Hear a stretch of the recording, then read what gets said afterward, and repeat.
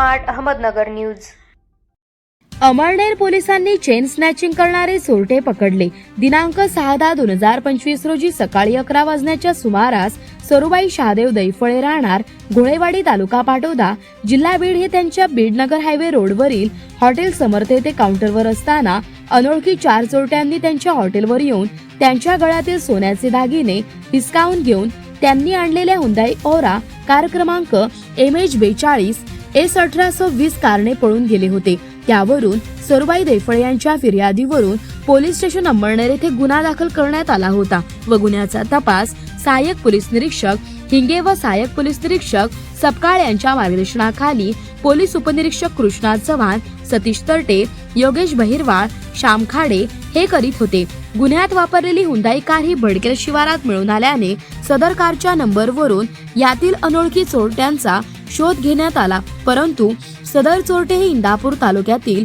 राहणारे असल्याने तसेच एक जण तालुका माळशिरस जिल्हा सोलापूर येथील असल्याने व ते सराईत गुन्हेगार असल्याने ते त्यांच्या पत्त्यावर न राहता फरार झाले होते व मोबाईल वापरत नसल्याने तपास कामात अडथळा निर्माण होत होता तेव्हा ते मिळून येत नव्हते, परंतु अत्यंत बारकाईने तपास करून तांत्रिक मदतीच्या साह्याने पोलीस स्टेशन वालचंदनगर तालुका इंदापूर हद्दीमध्ये गोपनीय माहितगार पेरून सदर गुन्ह्यातील 2 आरोपी नयन हनुमंत राजगुरू वय 19 वर्षे, आकाश संतोष नरोटे वय 23 वर्षे, दोन्ही राहणार लालपुरी कळंब तालुका इंदापूर जी पुणे यांना दिनांक 5/12/2025 रोजी दुपारी 2:30 वाजण्याच्या सुमारास पोलीस स्टेशन वालचंदनगर जी पुणे हद्दीतून पोलीस उपनिरीक्षक Krishna Chavan, police constable Yogesh Bahirwal, police constable Bharat Rathod यांनी पोलीस स्टेशन वालचंदनगर येथील पोलीस कॉन्स्टेबल राऊत व पोलीस हवालदार स्वामी यांच्या मदतीने सिने स्टाईल पाठलाग करून पकडले असून